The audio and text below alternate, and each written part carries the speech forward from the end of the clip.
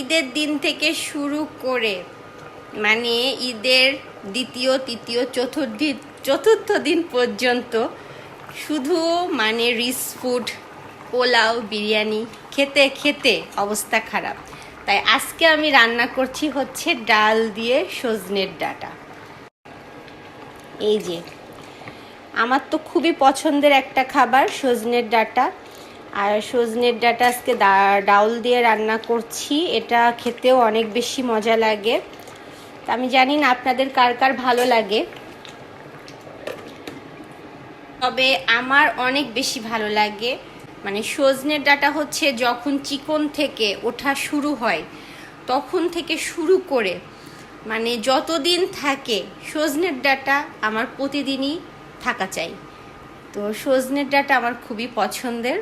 তো আপনাদের কার কার পছন্দ অবশ্যই কমেন্ট বক্সে জানাবেন কিন্তু।